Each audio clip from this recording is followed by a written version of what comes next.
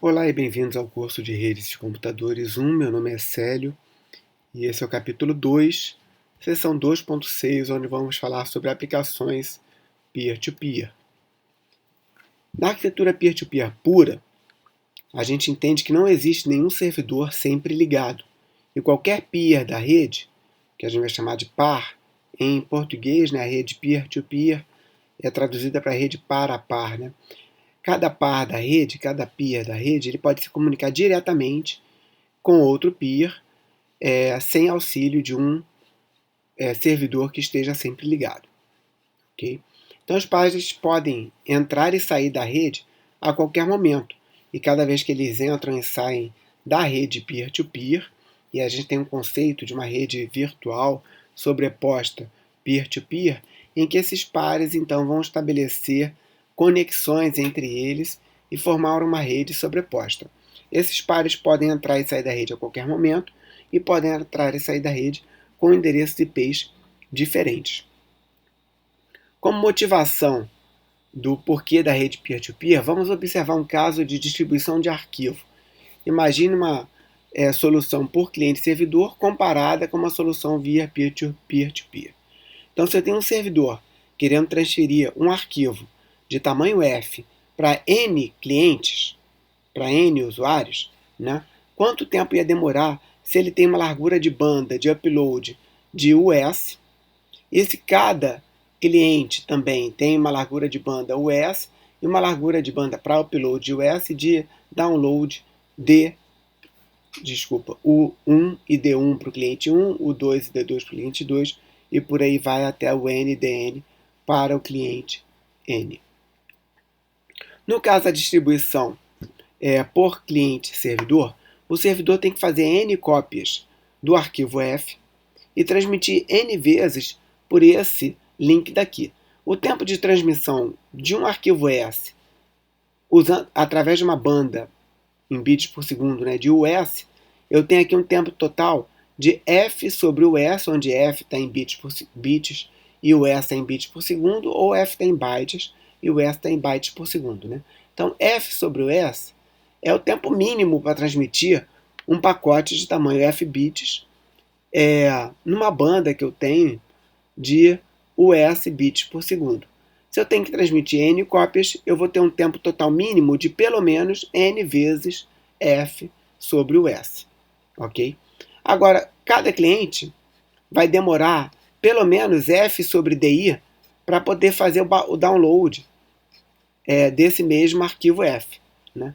Então, o tempo total para distribuir o arquivo F para os N clientes vai ser o tempo máximo entre NF sobre o S e F sobre o valor mínimo de DI, ou seja, o cliente que tem a banda menor, né, é aquele que vai levar mais tempo para baixar.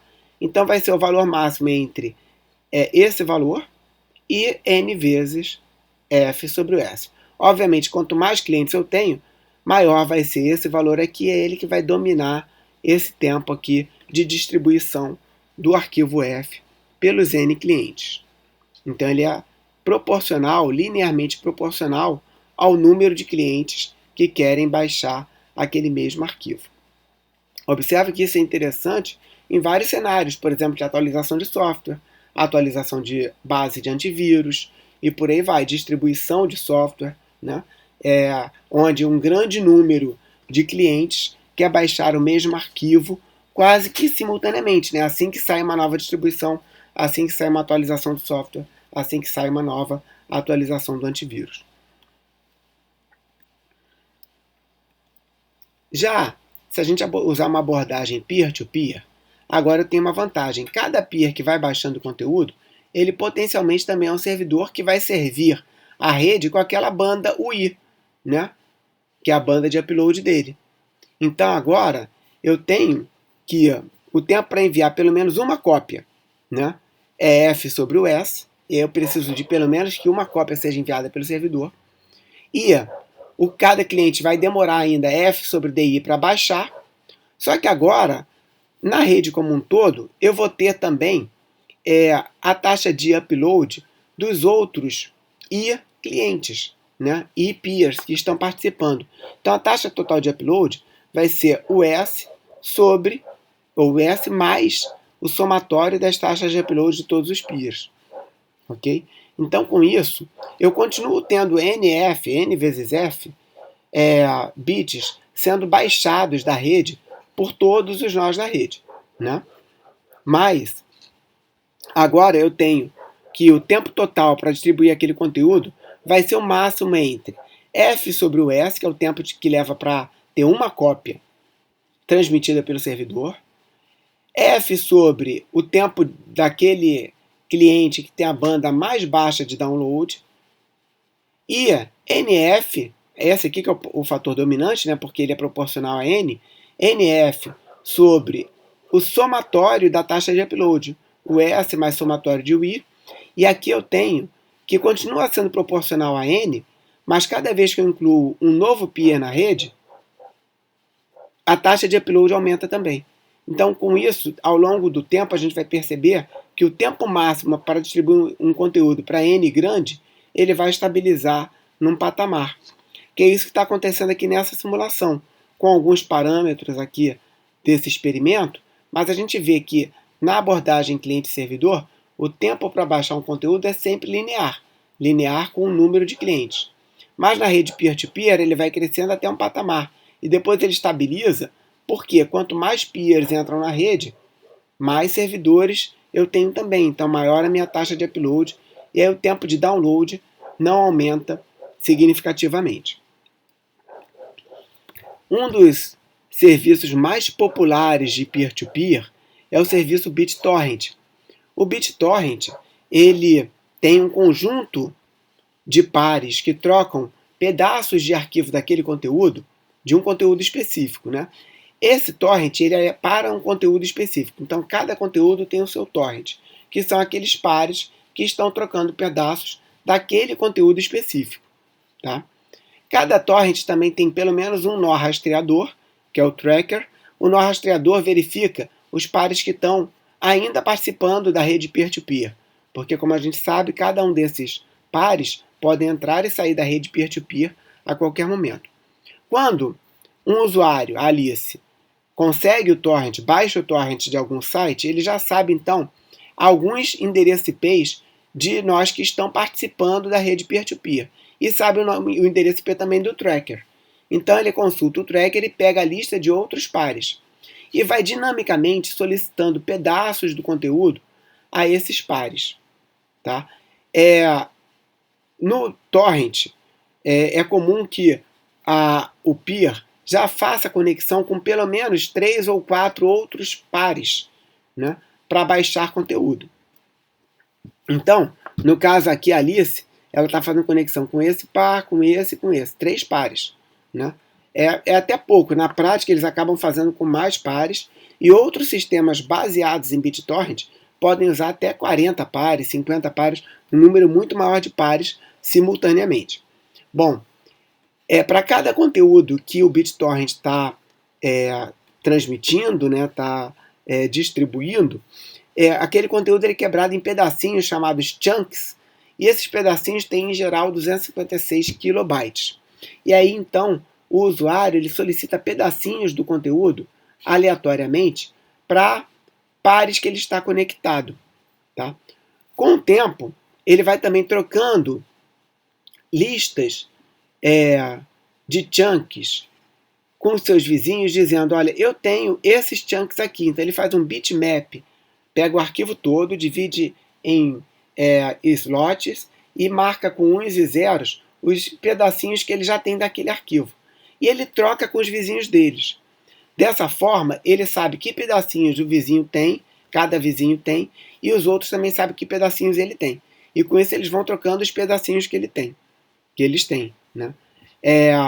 Depois que um peer, né, tem todo o arquivo, ele pode, enfim, sair da rede de forma egoísta, né, ele já conseguiu baixar, então ele sai, ou ele pode continuar lá. Se ele continuar lá, vai ser legal, porque ele é um peer que tem todos os pedacinhos.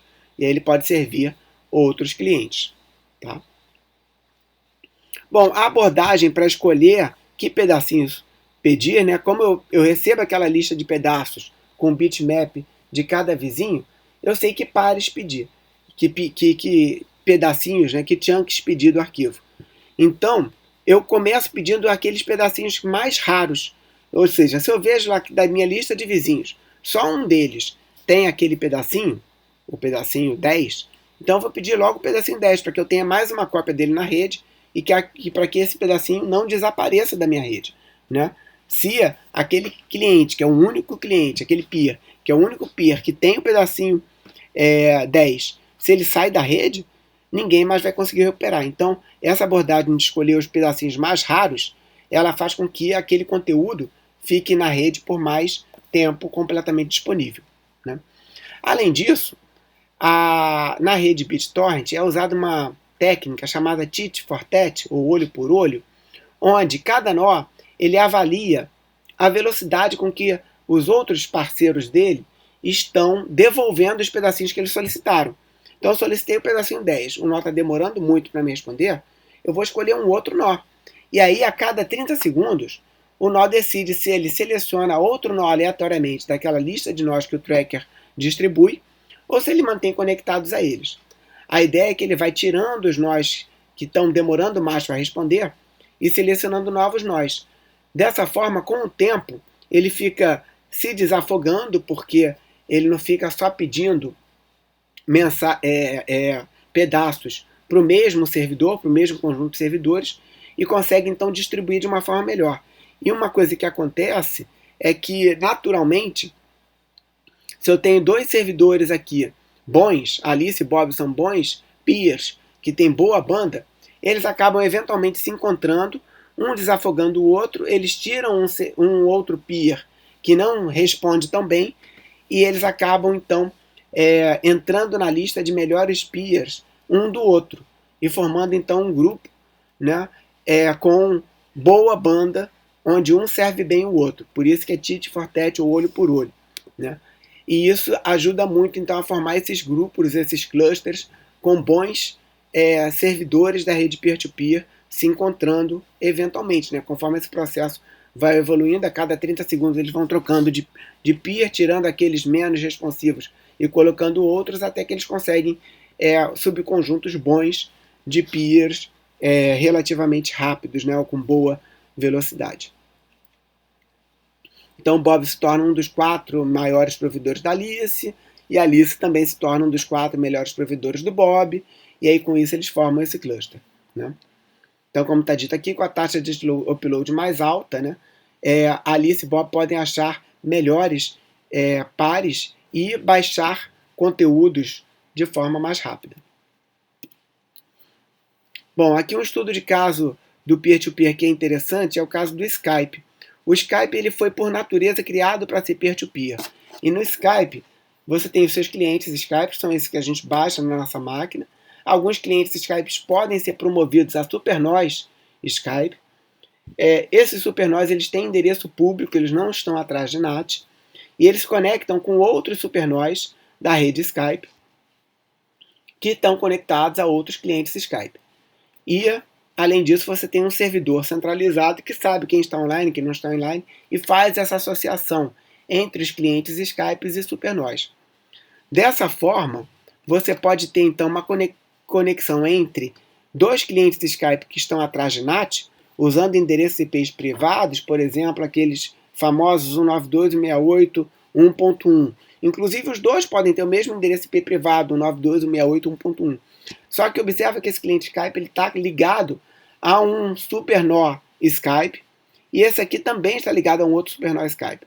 Esses supernós têm endereços públicos, e eles podem, então, fazer uma chamada Skype usando como retransmissores os supernós, que estão em endereços públicos. Ok? E observa que, como foi feita essa conexão prévia aqui, esse servidor, esse supernó Skype, ele sabe qual é o endereço público da rede do NAT, né, do servidor NAT, onde estão os clientes que estão atrás desse servidor NAT. E aí ele pode, então, se comunicar com esse cliente, e esse supernó também pode se comunicar com esse cliente Skype. Dessa forma, a chamada pode acontecer através de NAT, usando esses supernós. Esse é apenas um dos exemplos de como o Skype usa a rede peer-to-peer na sua arquitetura. Um outro exemplo é quando você tem um firewall, por exemplo, aqui, que bloqueia tráfego UDP.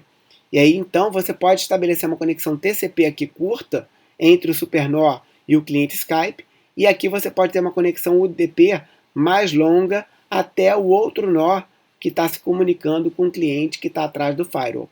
Então, o SuperNOR e a rede peer-to-peer também auxilia não só em atravessar NATs, mas também em atravessar alguns firewalls.